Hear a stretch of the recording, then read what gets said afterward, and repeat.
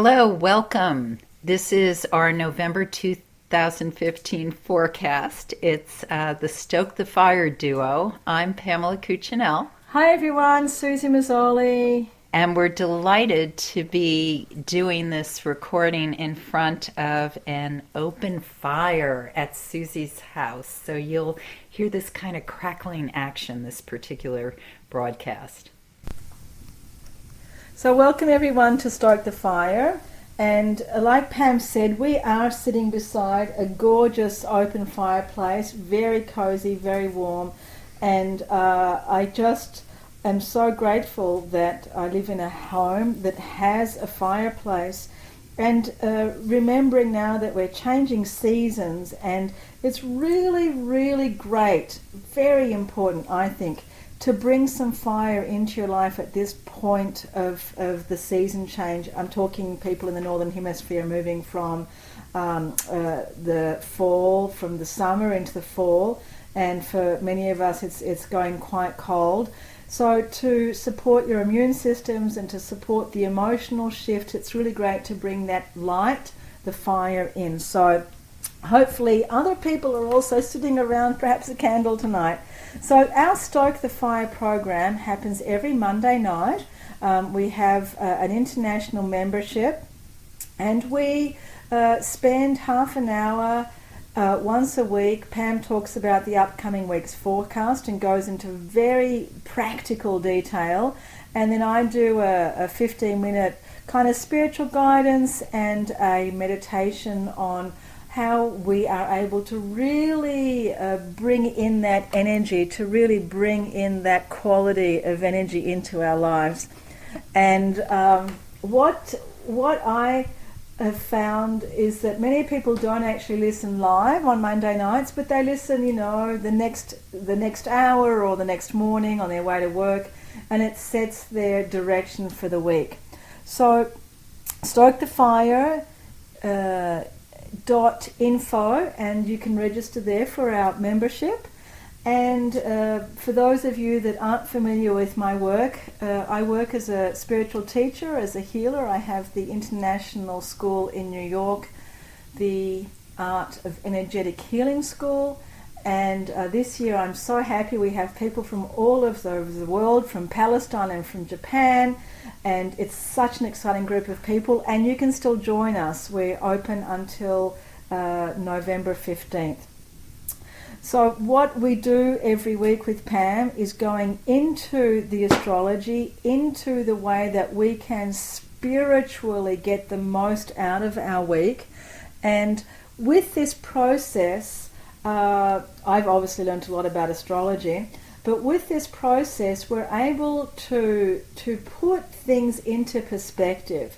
And that type of perspective helps us navigate our lives more harmoniously. Even the bumps, even the bruises, the obstacles, the challenges, it really helps us understand how we can get the most out of all of those situations. And many of us have had some very intriguing last couple of months. September, when we were in the eclipses, what a crazy month. Huge amount of transformation. Pam's giggling her head off, knowing full well the transformations we've all been through. And I know from so many of my clients around the world what was going on. A lot of people went through major change. Then in October we had all the reverberations of all of that. A lot of integration and changing of perspective, shifting and allowing those transformations to really integrate into our lives. And I do hear, at least I've heard some gossip, that November is all about regrouping. So Pam's going to tell us all about what's happening in November, this umbrella view. For about 10 minutes we'll be talking about Neptune and Pisces. So get ready, folks, to get some practical insight into November 2015. All right. Yes, indeed.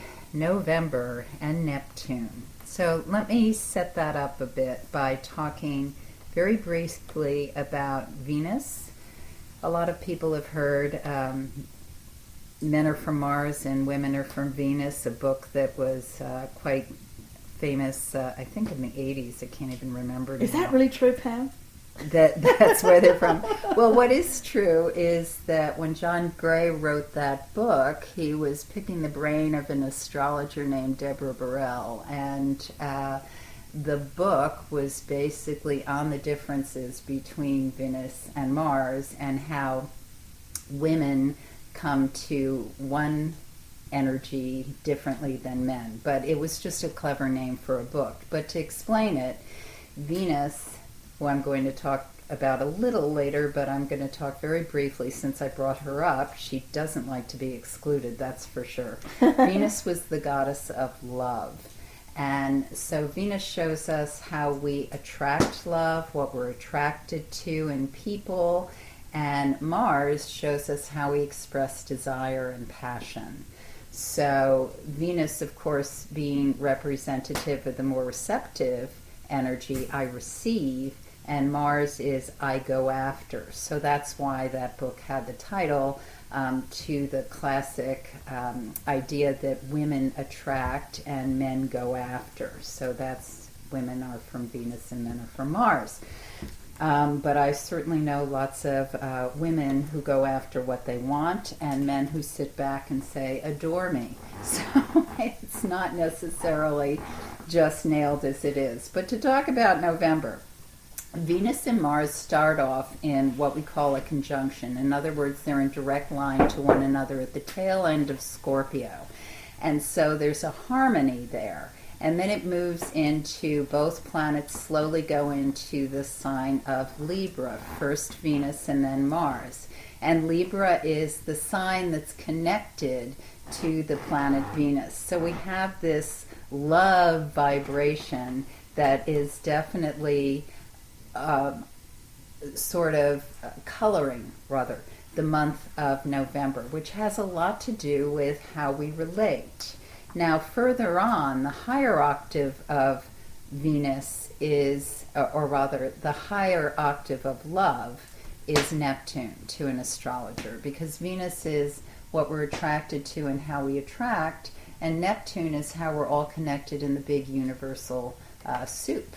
So Neptune has to do with how we connect to one another beyond the verbal. It has to do with sound. It has to do with the visual things that attract us.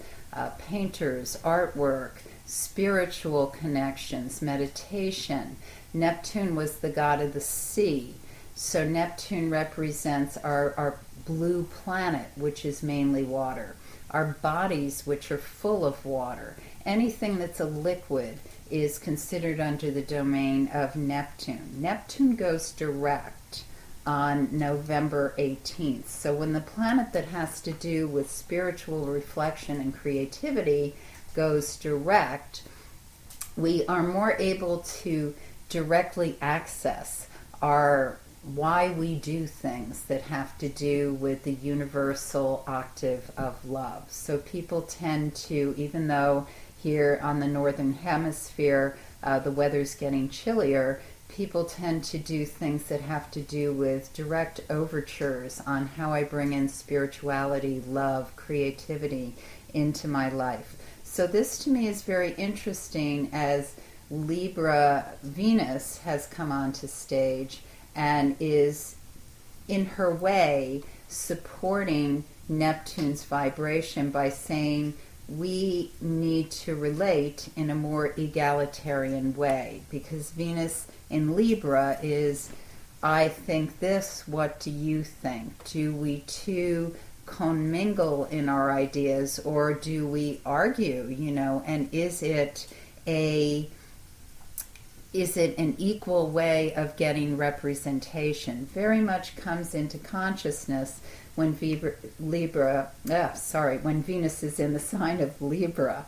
So with Neptune, that is also the trident of Neptune, symbolizes, among other things, how we heal.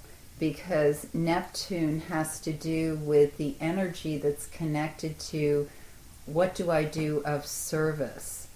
The Christ energy, the desire to heal, to be of service, to love, is represented by the sign of Pisces.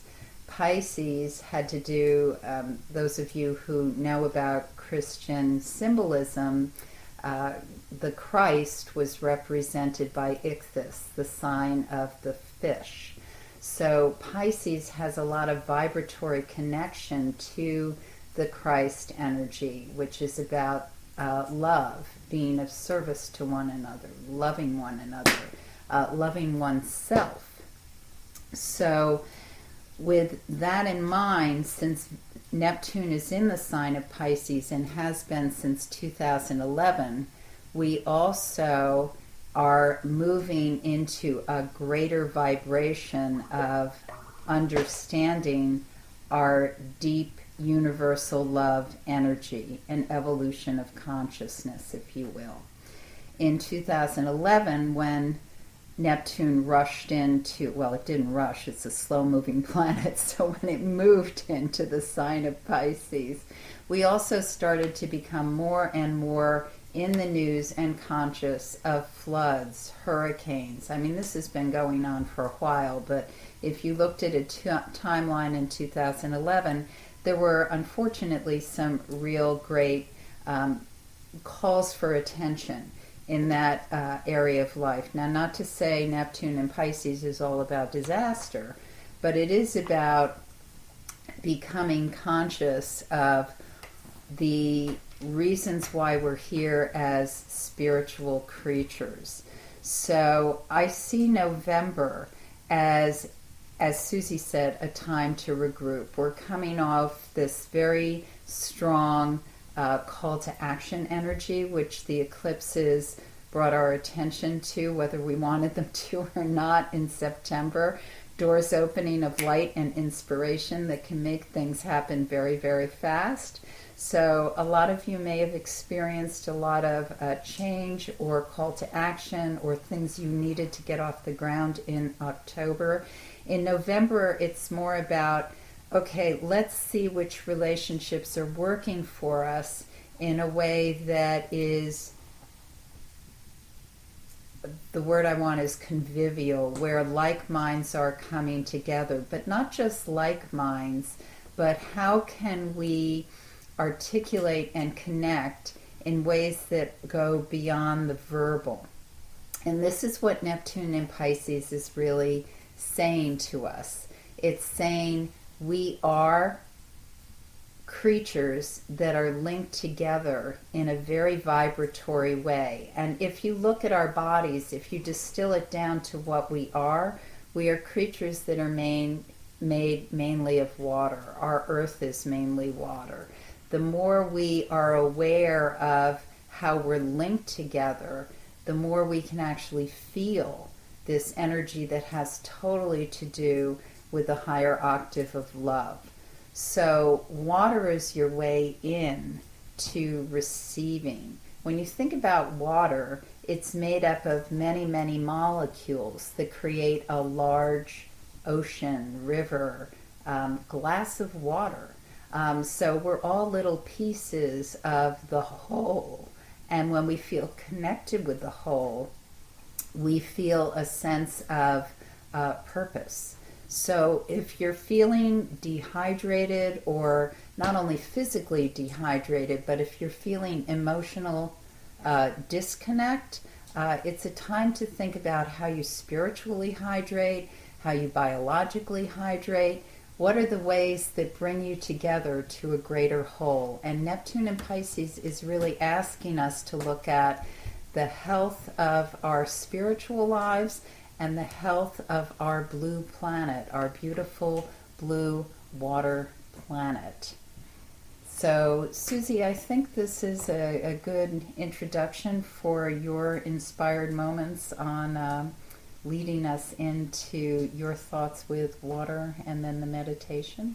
Absolutely. So I have been teaching 8-hour classes on water because I think of water as being such a crucial part. It is sunlight and water, obviously, otherwise we wouldn't be here. And for those of you that are just joining us, welcome everyone. We've got hundreds of people on the line from all over the incredible global planet. We love you, we love you. If you've just joined us, Pamela and I are sitting at my home in the country, up in the Catskills. It is pouring outside, tons and tons of water. I believe this is coming up from the hurricane.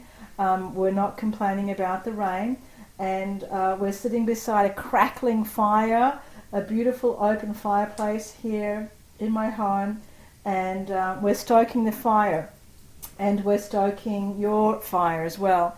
So the whole thing with water, and I speak to you now as a certified holistic healthcare practitioner, I speak to you now as a professional homeopath, a nutritionist, herbalist, all of the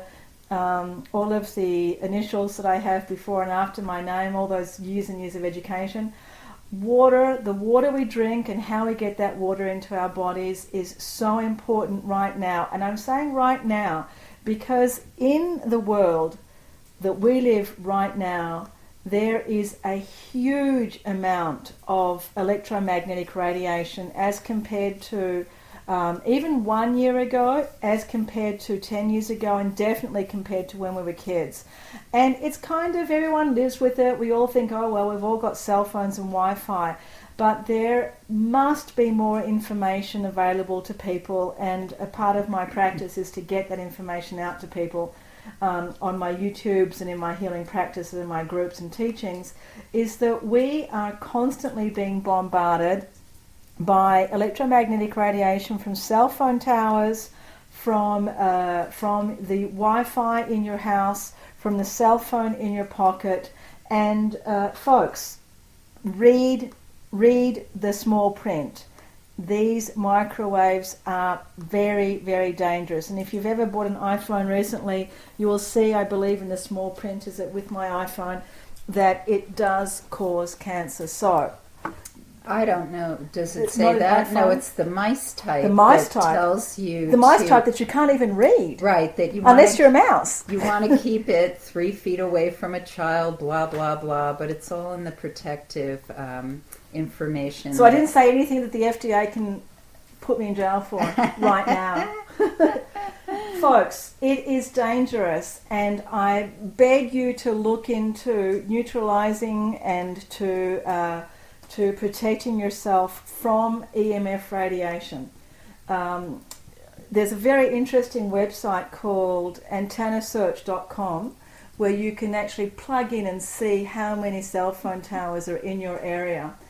Pamela and I have both been involved for a very long time with a company that sells devices that neutralize these, because what happens is when these frequencies come into your body, what they are doing is they are hardening your cells. So you're not getting the nutrients, you're not getting your water, you're not exiting all of the toxins.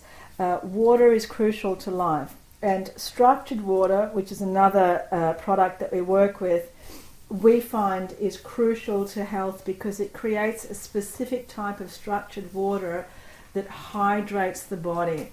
If we are not hydrated, we are acidic. If we are not hydrated, we get sick. If we're not hydrated, everything starts to go wrong and we begin to age much, much more quickly. No. So allow us to bathe in the waters. And now as we go into the meditation, I would love you to be in a relaxed position. It's best not to be doing our meditations while driving a car, but to be relaxed, to sit in a nice quiet place where you can really get the strength of this meditation. So just take a nice deep breath and feel the energy, and feel all of that water in your body. You are made mostly of water. And feel the water in your body. Every water molecule is actually conscious, and every water molecule actually has memory. And feel that memory, feel that affinity to the world, that connection to the world in every molecule of your body. And as you deepen into that state of awareness, remembering that the water in your body is connected like an antenna to all of the water all over the world. In every location where there is water, your body has a connection. It has a conscious connection with all of the water all over the world. The salt water, the sweet water, the water in other beings, in other people, in other animals, in other plants. All of this water is connected, is divinely connected. And this, dear loved ones, is a way that we can really feel this connection, this deep connection that we have with everyone and with everything through the consciousness of water. And feel that water inside of you now becoming harmonious, becoming completely aligned with the frequency of love, with the frequency of absolute unconditional love. And that frequency of unconditional love immediately attracts more and more love around it, more and love into it, more and more love through it. And that frequency of love starts to build. And as it builds, there is this sense of place, this sense of awe that we are all connected, that we're all deeply here, that we're all deeply aware, and at the same time, an incredible peace and an incredible sense of harmony. It's like you're floating on the water, and the water is crystal clear, and it's beautiful and warm and just the perfect temperature for you, and perfect amount of minerals in the water holding you and allowing you to float. And there is this intense feeling of joy, of joy all around you, and every single particle of your being begins to vibrate at this higher frequency, and there's no pressure. There is no time, there is no space, nothing at all except this authentic energy of you. And that authentic energy of you is now coming up to the surface with joy, with this authenticity of who you are, of who you really are, your true self, without the stress, without any pressure, just being who you are in this sea of consciousness. And as everything starts to just dissolve in this purity, in this ocean of your consciousness, you recognize that you yourself are timeless, that you yourself are spaceless, that there is nothing in between you and anything else, that there is no difference between you and any single particle outside of you call your body. There is nothing in between you and the ocean, between you and the rivers, between you and all the other beings, and that you are intricately connected in this consciousness, this sea of love. And as you feel the energy amplifying, as you feel it growing exponentially in your body, you recognize that the source of this energy is not coming from any outside source. It's not coming from anything that you would consider apart from you or separate to you. It is coming from your authentic self, from this internal, infinite well of love, from this internal space of divine, authentic being that is you. And as you feel all of this energy welling up in your body, allow yourselves just to take a few deep breaths and feeling, I am love, and I'm intricately connected to love everywhere, everything, in every space, in every place here in this infinite universe. I am love. And just take a deep breath and feel that energy. Oh, yes, I am definitely feeling that energy. Very, very nice. And it also reminds me a little of Susie and I were talking before we started the call about the work about Emoto and the water, and how you recommend putting on bottles of water or whatever, the word love. Love, gratitude, love. Mhm. 3 words, or 2 words, one repeated. Right, because what we actually say, what he did was he did studies where actually those words with the water, said to the water or written on the water, actually changed the crystalline structure of the water, correct? Yes. And if he said things like hate or death or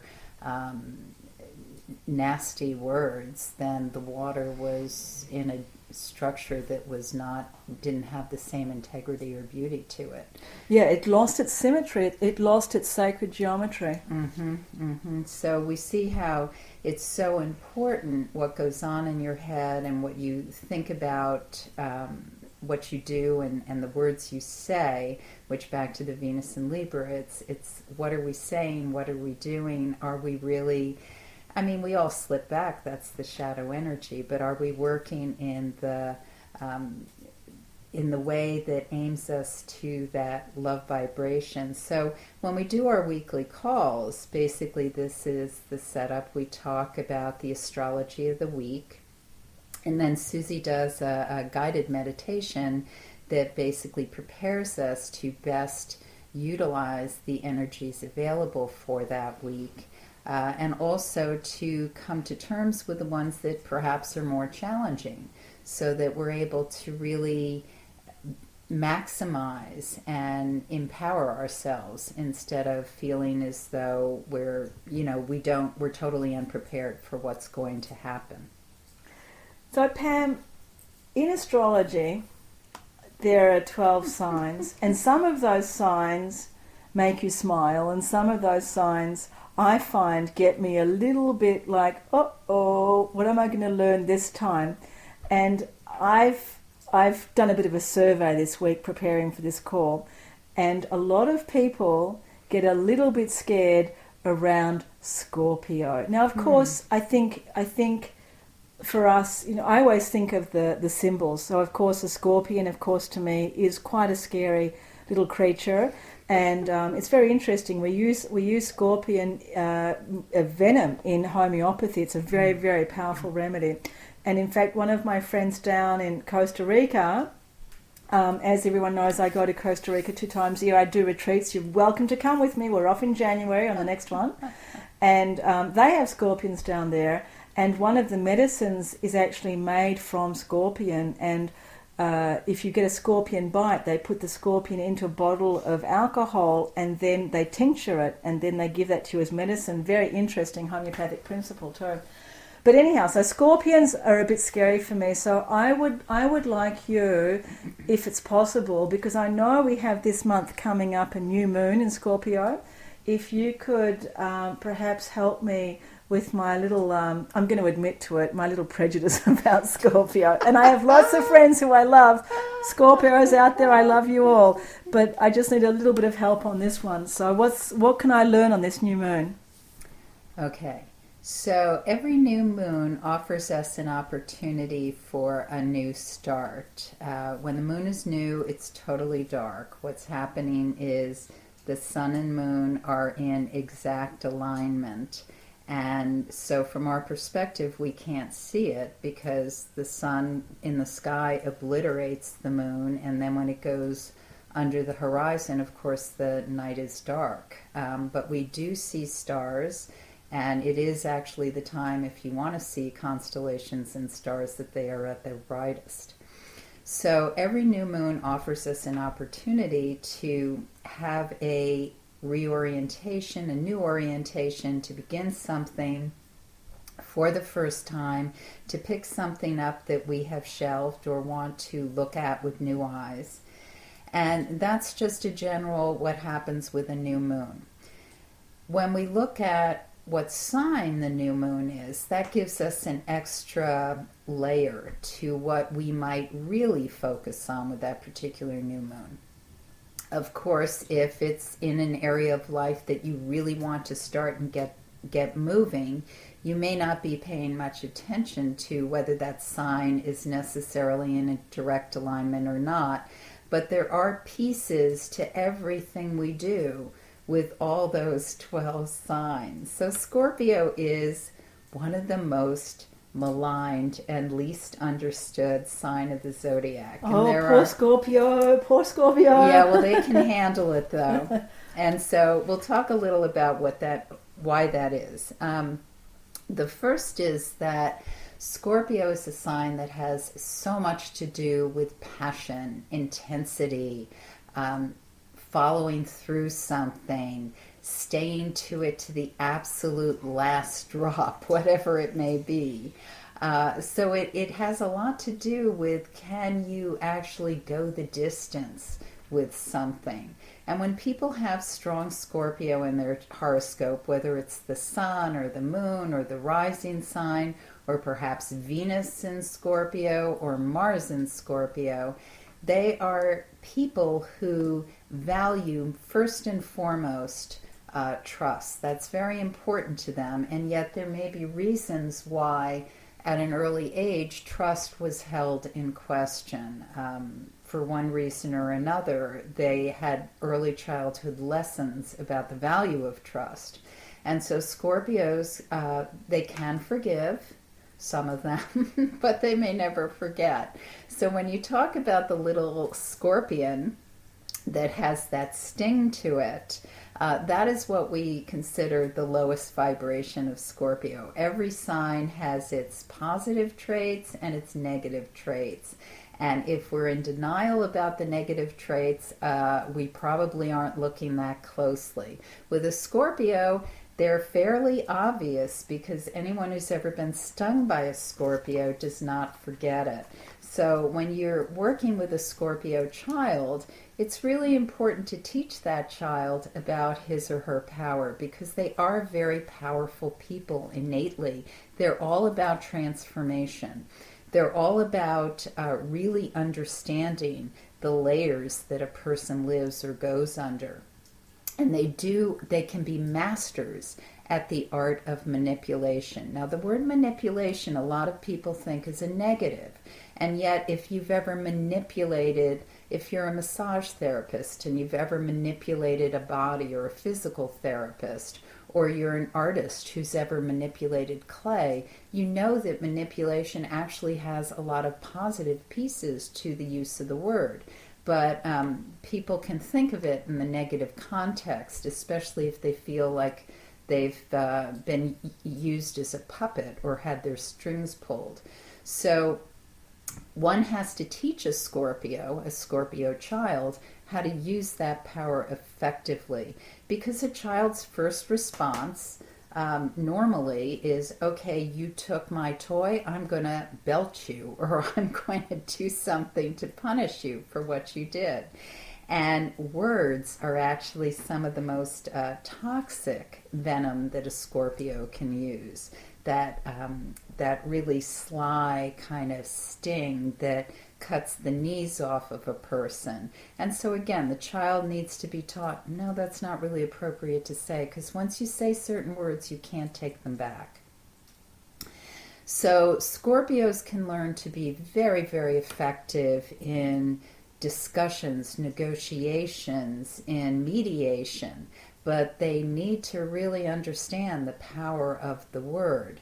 So you see, when I spoke earlier about how this month has so much to do with regrouping, with this new moon in Scorpio, it might be very useful to reflect on what relationships are working for you in a way that allows you transparency, and what relationships make you feel like you have to suppress something or pull something back, or that you might feel that you're manipulated, or you might feel that you're manipulating in an unhealthy way.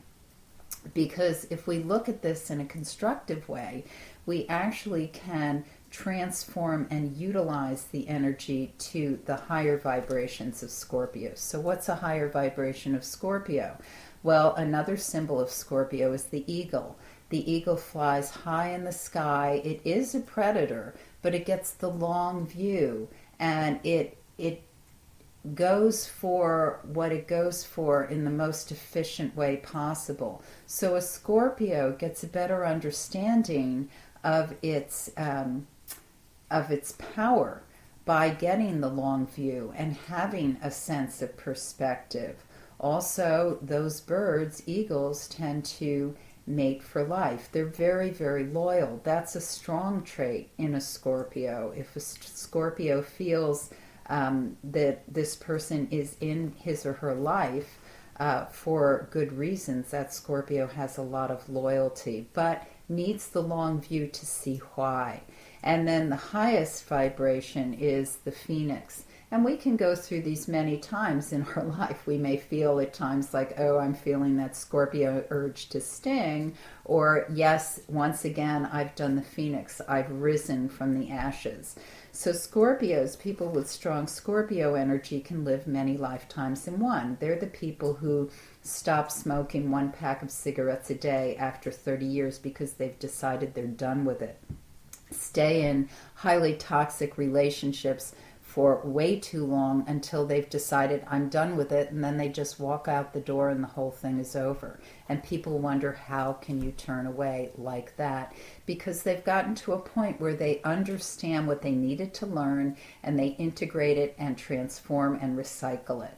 So Moon in Scorpio offers us an opportunity to review something that we want to recycle. So is there something in your life that you feel has led you as far as it can? And is there a way that you can transform that obsession, addiction, or orientation that becomes healthier to you?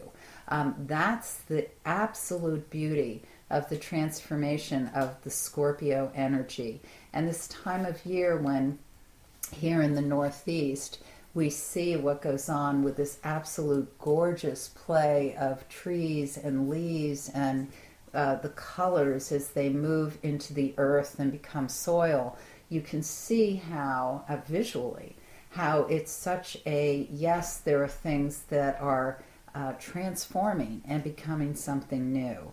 So one of the things that I invite you to consider with this new moon in Scorpio is if there's someone who's a particular thorn in your side or brings up something that feels unsavory in some way, look at yourself and say, why does that person irritate me so much or seem to bring up so many negative things? And ask yourself, is there any trace of how that person is putting themselves out in the world that reminds me of something about myself that perhaps I find a bit unsavory or I would like to really look at more closely? And that's the real teaching lesson of scorpionic energy, whether that person's a Scorpio or an Aquarius. I mean, whoever that person is, they are inviting you to look at a piece of yourself that you would like to throw light on and know better. And that's what it can be used for.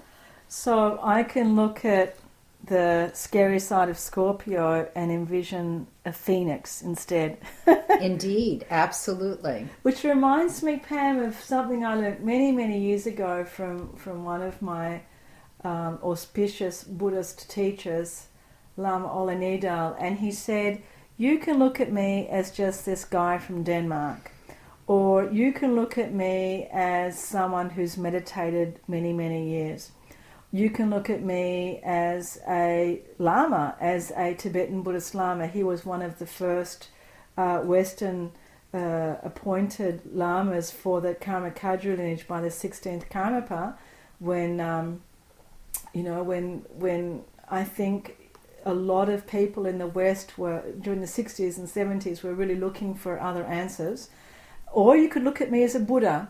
And the Tibetan Buddhists say that we should look at each other as Buddhas. And so perhaps that's going to be my takeaway from my lesson here with Scorpio, is that I should always see people in their highest octave. I should not see them as the biting scorpion I could see them as the eagle, but I would like to see them as the phoenix. And I also believe that energetically, when we look at someone, if we look at them for all of their negative traits, one could say that we're also engaging with those and amplifying them.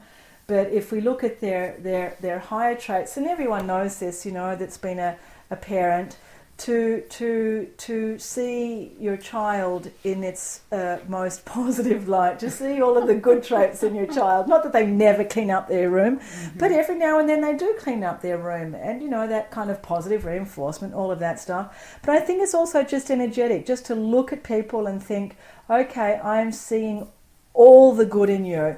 And of course, we could go into a discussion about judgment, what is good and what is bad, but I'm understanding that always the shadow side is always where we learn the most. It's always where we can really, really jump into deep spiritual understanding. And that's what we do every week on Stoke the Fire, is jump into deep spiritual understanding. And Pam's very practical forecast gives us a lot of places to navigate and to understand our lives. And of course, I speak a lot about love. That's one of my favourite topics, and of course I'm sure it's one of yours as well. And I know that November has a lot of Venus energy, my favourite, so the goddess of love, and that we have 2 configurations coming up in November. So I'd like to ask Pam to talk about what's going on in November in terms of even more love.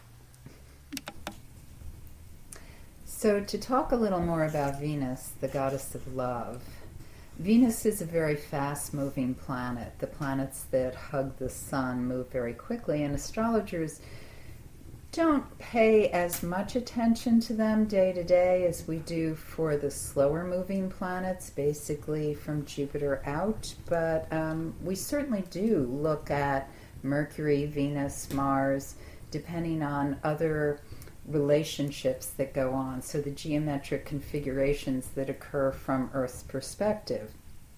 And in the case of Venus, since, as I said, I do feel like the love vibration is very high the month of November, I have to also look at what's going on with Venus as she moves into the sign of Libra, which happens on the 8th of November.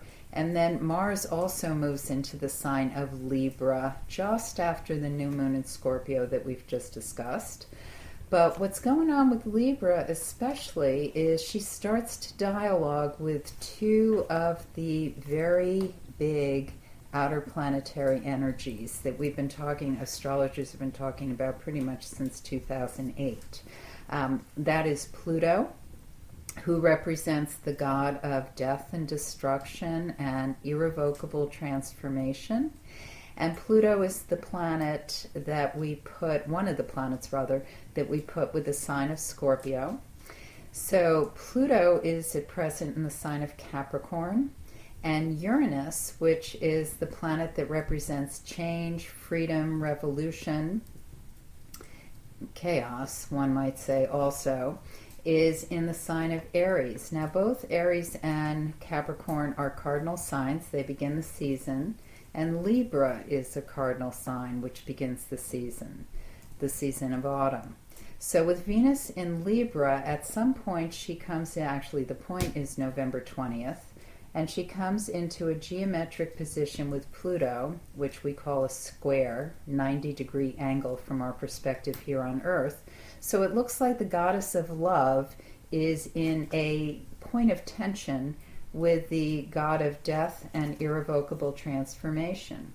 Then just a couple of days later, she heads into an opposition 180 degrees from Earth's perspective with Uranus, the god of change. So that particular weekend, the 3rd weekend in November, may set up a lot of change, transformation, especially in relationships. Anything that you may think a relationship's going absolutely fabulous, and suddenly this out of the blue thing occurs, or you find yourself in a head-to-head combat. Depending on the relationship, this can lead to revelation and deepening, or it can be a point of cleave. Now, the verb cleave is interesting because it can mean to cling to or to move away from. The English language is fascinating, but that also talks about the polarity of of what's going on at this point in time. And all this is before the American holiday of Thanksgiving, which is definitely up for different ways of looking at it with love. But it is about, as Suzy said earlier, with gratitude, it's love, gratitude, and the things that we are really thankful for. So I think that Venus is really engaging with us to look below the surface of all relationships that are close to us and really matter. Pam, I know you said that was happening the third week of November. How does, just a little cheat sheet, how does Thanksgiving look? Oh, Thanksgiving actually this year, for the first time, I must say, in several years, Thanksgiving is very well highlighted. The moon is in Gemini, so it looks like it will be a great time for people to have gregarious conversations and to bring a sense of reality into the spiritual because of Saturn-Neptune configuration I see. But the overall tone is loving. It's a good holiday. Compared to all the other years, that well, sounds good. Some people have trouble with holidays. Okay, so we're going to go into our meditation now, and it will be a meditation on love. Let's jump on the Love Boat with Venus. Do you remember that series from the 1970s? Wow. Oh, good Lord. Yeah. So I'm going to jump on the boat of Venus, the goddess of love, and let's go into a deep meditation for about 8 minutes or so. I invite everyone to just hold that energy of the sovereign field within your own body. And that sovereign field, you can imagine that as this like a seed, or even you can imagine like a giant seed, like a huge coconut that's inside your heart center. That's the sovereign field. The sovereign field is very important to understand as being impenetrable. Nothing can affect that field. That field is pure, unconditional love. Nothing can affect it, as in you can't get hurt, no one can do something to you that changes you. That nugget, that central core of you is unchangeable. And it goes, if you think of life in terms of linearity, it goes from lifetime to lifetime, or if you have the perspective of no time, no space, or the multiverse, it is what is constant. It is that divine energy, the sovereign field. And outside of that sovereign field, we have our experiences in this lifetime that we're aware of, that give us the flavor or the ways of viewing or the perspective, or perhaps even judgments that we experience life. So let's go deep. Let's go right into the sovereign field, and that's where the authentic self lives. That's where the true self exists. And that self knows love. That self knows love like nothing else. It is the vibration, it's the frequency, it's the amplitude, it is the language, it's the shape, it's the sacred geometry, it's everything that is love. It only knows pure unconditional love. And let's take that field of love and let's vibrate it through every single iota, every single particle, every single space within the particles of our being, going deep into the water body, going deep into the emotional body, deep into the mental body, deep into the physical body, and take that frequency of love. Love heals absolutely everything. Love transforms us into absolutely pure bliss. Take that energy now through every single particle of your being. And imagine yourself like this rainbow Buddha, and that through all of your body now there's this exquisite rainbow of shimmering colours, colours we don't even know that we've ever seen.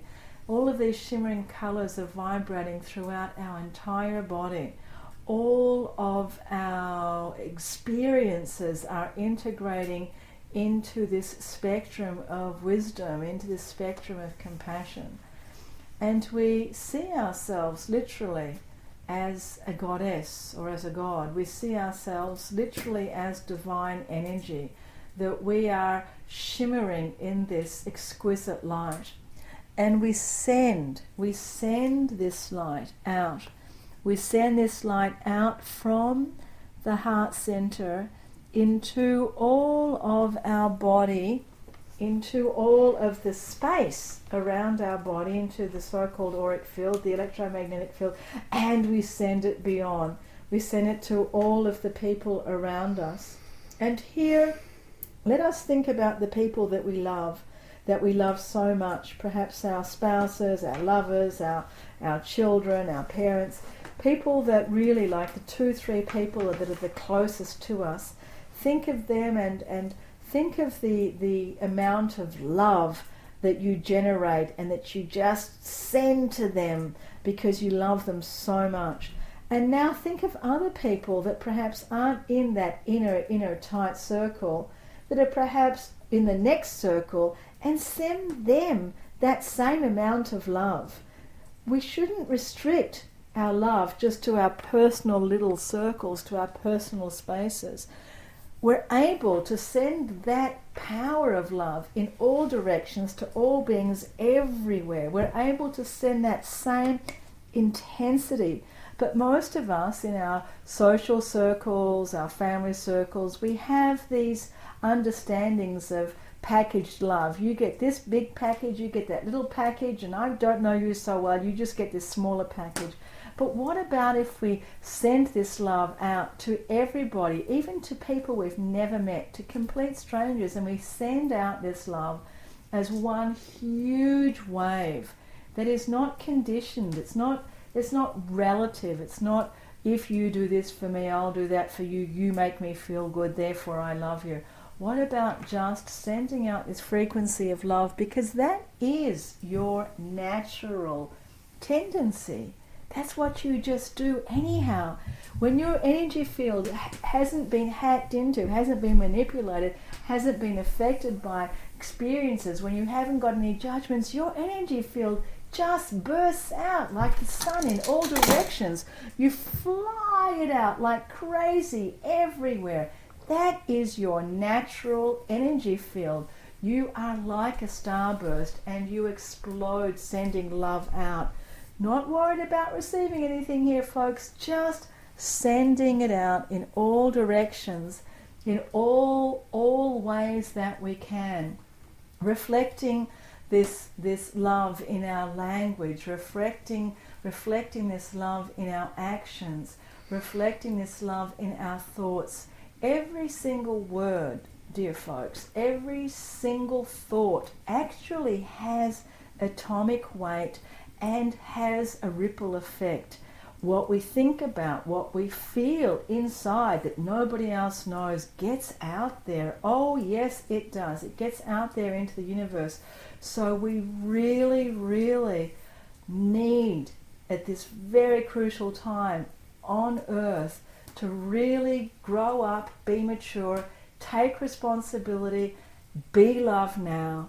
Be love now, feel that love, and know that you can overcome anything, that you can surpass any obstacle with love, with kindness, with compassion, with understanding, by raising up that frequency within you.